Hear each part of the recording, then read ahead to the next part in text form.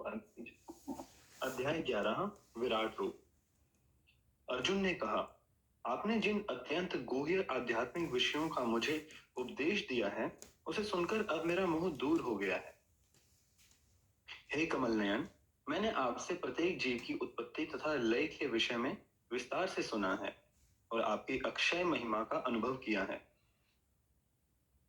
हे पुरुषोत्तम, हे परमेश्वर, यद्यपि आपको मैं अपने समक्ष आपके द्वारा वर्णित आपके वास्तविक रूप में देख रहा हूँ, किंतु मैं यह देखने का इच्छुक हूँ कि आप इस दृश्य जगत में किस प्रकार प्रविष्ट हुए हैं। मैं आपके उसी रूप का दर्शन करना चाहता हूँ। हे प्रभु, हे योगेश्वर, यदि आप सोचते हैं कि मैं आपके विश्व रूप को देखने में समर्थ हो सकता हूँ, तो कृपा करके मुझे अपना असीम विश्व रूप दिखलाइए। भगवान ने कहा, हे अर्जुन, हे पार्थ, अब तो मेरे ऐश्वर्य को सैकड़ों हजारों प्रकार के देवी तथा विविध रंगों वाले रूपों को देखो। हे भारत, लो, तुम आदित्यों, वसुओं, रुद्रों, अश्विनी कुमारों तथा अन्य देवताओं के विभिन्न रूपों को यहाँ देखो। तुम ऐसे अनेक आश्चर्यमय रूपों को देखो जिन्हें पहले किसी ने न तो कभी देखा है न सुना है। हे अर्जुन, तुम जो भी देखना चाहो उसे तत्क्षण मेरे इस शरीर में देखो। तुम इस समय तथा भविष्य में भी जो भी देखना चाहते हो, उसको यह विश्व रूप दिखाने वाला है। यहाँ एक ही स्थान पर चर अचर सब कुछ है, किंतु तुम मुझे अपनी इन आंखों से नहीं देख सकते, अतः मैं तुम्हें दिव्य आंखें दे रहा हूँ। अब मेरे योग ऐश्वर्य को देखो। संजय ने कहा, हे राजा, इस प्रकार कहकर महायोगेश्वर भगवान ने अर्जुन को अपना विश्व रूप दिखलाया। अर्जुन ने उस विश्व रूप में असंख्य मुख, असंख्य नेत्र तथा असंख्य आश्चर्यमय दृश्य देखे। यह रूप अनेक दैवी आभूषणों से अलंकृत था और अनेक दैवी हथियार उठाए हुए था। यह दैवी मालाएं तथा वस्त्र धारण किए था और उस पर अनेक दिव्य सुगंधियां लगी थी। सब कुछ आश्चर्यमय, तेजमय, असीम तथा सर्वत्र व्याप्त था। यदि आकाश में हजारों सूर्य एक साथ उदय हों, तो उनका प्रकाश शायद परम पुरुष के इस विश्व रूप के तेज की समता कर सके। उस समय अर्जुन भगवान के विश्व रूप में एक ही स्थान पर स्थित हजारों भागों में विभक्त ब्रह्मांड के अनंत अंशों को देख सका। तब मोहग्रस्त एवं आश्चर्यचकित रोमांचित हुए अर्जुन ने प्रणाम करने के लिए मस्तक झुकाया और वह हाथ जोड़कर भगवान से प्रार्थना करने लगा। अर्जुन ने कहा, हे भगवान कृष्ण, मैं आपके शरीर में सारे देवताओं तथा अन्य विविध जीवों को एकत्र देख रहा हूँ। मैं कमल पर आसीन ब्रह्मा, शिव जी तथा समस्त ऋषियों एवं दिव्य सर्पों को देख रहा हूँ। हे विश्वेश्वर, हे विश्वरूप, मैं आपके शरीर में अनेकानेक हाथ, पेट, मुंह तथा आंखें देख रहा हूँ, जो सर्वत्र फैले हैं और जिनका अंत नहीं है। आप में न अंत दिखता है, न मध्य और न आदि। आपके रूप को उसके चकाचौंध तेज के कारण देख पाना कठिन है, क्योंकि वह प्रज्वलित अग्नि की भांति अथवा सूर्य के अपार प्रकाश की भांति चारों ओर फैल रहा है। तो भी मैं इस तेजोमय रूप को सर्वत्र देख रहा हूँ, जो अनेक मुकुटों, गदाओं तथा चक्रों से विभूषित है। आप परम आद्य ज्ञेय वस्तु हैं। आप इस ब्रह्मांड के परम आधार, आश्रय हैं। आप अव्यय तथा पुराण पुरुष हैं। आप सनातन धर्म के पालक भगवान हैं। यही मेरा मत है। आप आदि, मध्य तथा अंत से रहित, आपका यश अनंत है। आपकी असंख्य भुजाएं हैं और सूर्य तथा चंद्रमा आपकी आंखें हैं। मैं आपके मुख से प्रज्वलित अग्नि निकलते और आपके तेज से इस संपूर्ण ब्रह्मांड को जलते हुए देख रहा हूँ। यद्यपि आप एक हैं, किंतु आप आकाश तथा सारे लोकों एवं उनके बीच के समस्त अवकाश में व्याप्त हैं। हे महापुरुष, आपके इस अद्भुत तथा भयानक रूप को देखकर सारे लोग भयभीत हैं। देवों का सारा समूह आपकी शरण ले रहा है और आप में प्रवेश कर रहा है। उनमें से कुछ अत्यंत भयभीत होकर हाथ जोड़े आपकी प्रार्थना कर रहे हैं। महर्षियों तथा सिद्धों के समूह कल्याण हो कहकर वैदिक स्तोत्रों का पाठ पाठ करते हुए आपकी स्तुति कर रहे हैं। शिव के विविध रूप आदित्यगण, वसु, साध्य, विश्वदेव, दोनों अश्विनी कुमार, मरुदगण, पितृगण, गंधर्व, यक्ष, असुर तथा सिद्ध देव भी सभी आपको आश्चर्यपूर्वक देख रहे हैं। हे महाबाहु, आपके इस अनेक मुख, नेत्र, बाहु, जंघा, पांव, पेट तथा भयानक दांतों वाले विराट रूप को देखकर देवतागण सहित सभी लोग अत्यंत विचलित हैं और उन्हीं की तरह मैं भी हूं। हे सर्वव्यापी विष्णु, नाना ज्योतिर्मय रंगों से युक्त आपको आकाश का स्पर्श करते, मुख फैलाए तथा बड़ी बड़ी चमकती आंखें निकाले देखकर भय से मेरा मन विचलित है। मैं ना तो धैर्य धारण कर पा रहा हूँ, न मानसिक संतुलन ही पा रहा हूँ। हे देवेश, हे जगन निवास, आप मुझ पर प्रसन्न हो। मैं इस प्रकार से आपके प्रल्याग्नि स्वरूप मुखों को तथा विकराल दांतों को देखकर अपना संतुलन नहीं रख पा रहा। मैं सब ओर से मोहग्रस्त हो रहा हूँ। धृतराष्ट्र के सारे पुत्र अपने समस्त सहायक राजाओं सहित तथा भीष्म, द्रोण, कर्ण एवं हमारे प्रमुख योद्धा भी आपके विकराल मुख में प्रवेश कर रहे हैं। उनमें से कुछ के शिरों को तो मैं आपके दांतों के बीच चूर्णित हुआ देख रहा हूँ।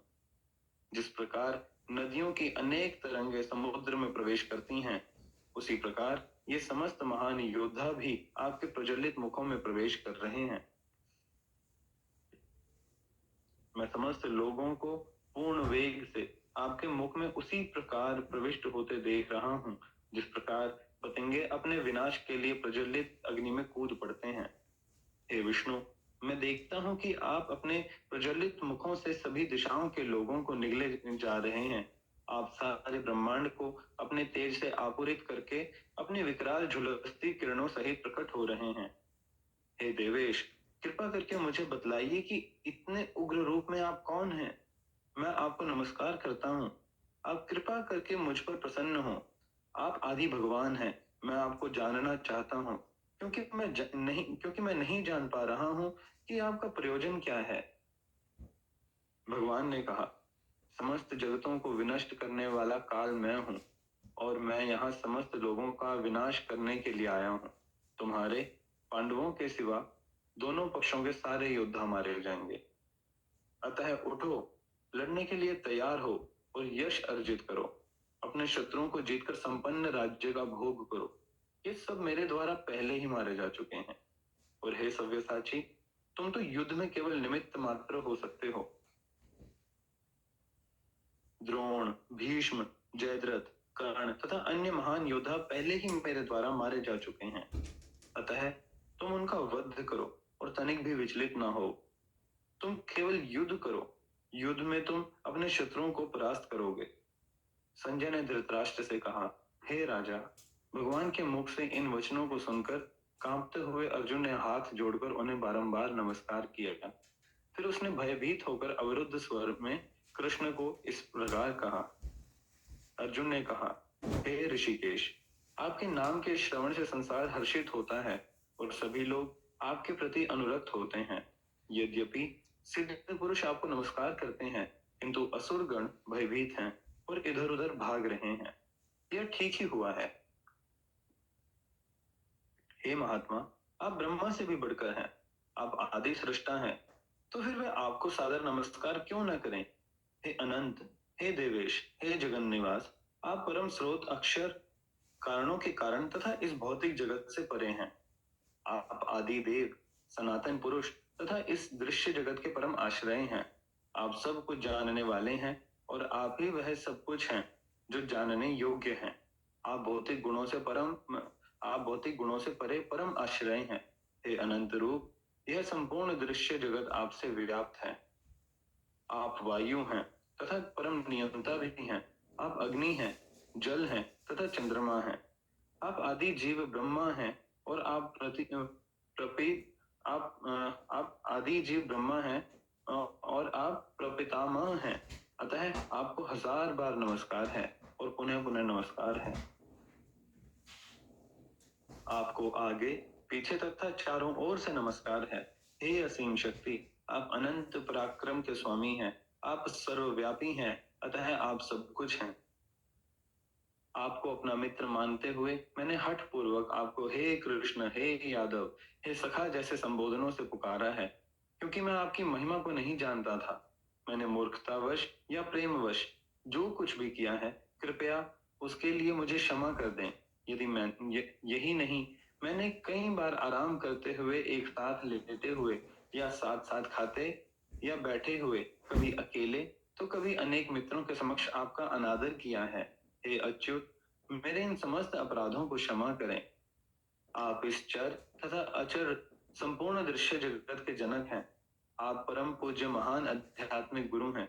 न तो कोई आपके तुल्य है, ना ही कोई आपके समान हो सकता है। हे अतुल शक्ति वाले प्रभु, भला तीनों लोकों में आपसे बढ़कर कोई कैसे हो सकता है। आप प्रत्येक जीव द्वारा पूजनीय भगवान हैं। अतः मैं गिरकर सादर प्रणाम करता हूँ और आपकी कृपा की याचना करता हूँ। जिस प्रकार पिता अपने पुत्र की ठिठाई सहन करता है, या मित्र अपने मित्र की भ्रष्टता सह कर लेता है, या प्रिय अपनी प्रिया का अपराध सहन कर लेता है, उसी प्रकार आप कृपा करके मेरी त्रुटियों को सहन कर लें। पहले कभी ना देखे गए आपके इस विराट रूप का दर्शन करके मैं पुलकित हो रहा हूँ, किंतु साथ ही मेरा मन भयभीत हो रहा है। अतः आप मुझ पर कृपा करें और हे देवेश, हे जगन निवास, अपना पुरुषोत्तम भगवत रूप स्वरूप पुनः दिखाएं। हे विराट रूप, हे सहस्त्रभुज भगवान, मैं आपके मुकुटधारी चतुर्भुज रूप का दर्शन करना चाहता हूँ, जिसमें आप अपने चारों हाथों में शंख, चक्र, गदा तथा पद्म धारण किए हो। मैं उसी रूप को देखने की इच्छा करता हूँ। भगवान ने कहा, हे अर्जुन, मैंने प्रसन्न होकर अपनी अंतरंगा शक्ति के बल पर तुम्हें संसार में अपने इस परम विश्व रूप का दर्शन कराया है। इसके पूर्व अन्य किसी ने इस असीम तथा तेजोमय आदि रूप को कभी नहीं देखा था। हे कुरुश्रेष्ठ, तुमसे पूर्व मेरे इस विश्व रूप को किसी ने नहीं देखा, क्योंकि मैं ना तो वेदाध्ययन के द्वारा, न यज्ञ, दान, पुण्य, कठिन तपस्या के द्वारा इस रूप में इस संसार में देखा जा सकता हूँ। तुम मेरे इस भयानक रूप को देखकर अत्यंत विचलित एवं मोहित हो गए हो। अब मैं इसे समाप्त करता हूँ। हे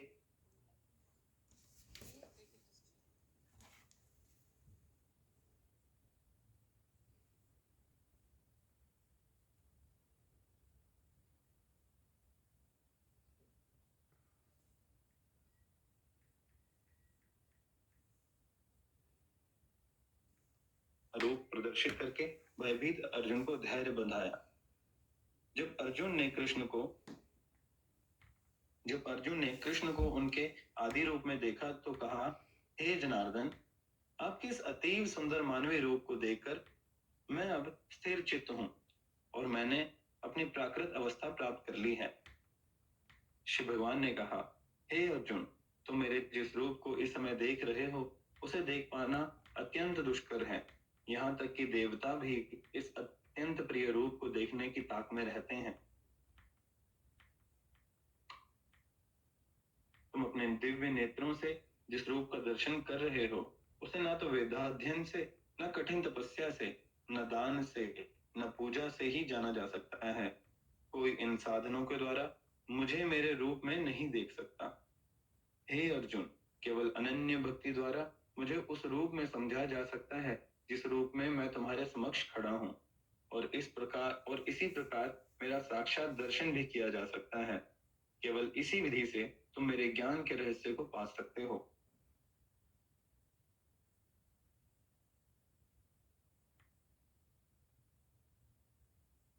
हे अर्जुन, जो व्यक्ति सकाम कर्मों तथा मनोधर्म के कल्मश से मुक्त होकर मेरी शुद्ध भक्ति में तत्पर रहता है, जो मेरे लिए ही कर्म करता है, जो मुझे ही जीवन लक्ष्य समझता है, और जो प्रत्येक जीव से मैत्री भाव रखता है, वह निश्चय ही मुझे प्राप्त करता है। इस प्रकार श्रीमद् भगवद गीता के 11वें अध्याय विराट रूप का भक्ति वेदांत तात्पर्य पूर्ण हुआ।